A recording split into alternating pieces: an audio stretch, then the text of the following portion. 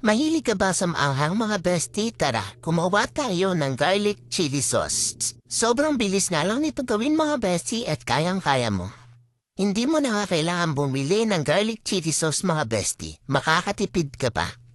Mag-chop lang tayo ng maraming bawang at saka ng sili. Kung may food processor ka, mas maganda para mas mapabilis ang ating trabaho. I-blend lang natin ito until sa ma-chop yung sili at saka yung garlic. Hindi ko na ito masyadong pinino mga bestie pero nasa sa inyo kung gusto nyo mas pinong-pino yung ating mga sili at saka ng bawang.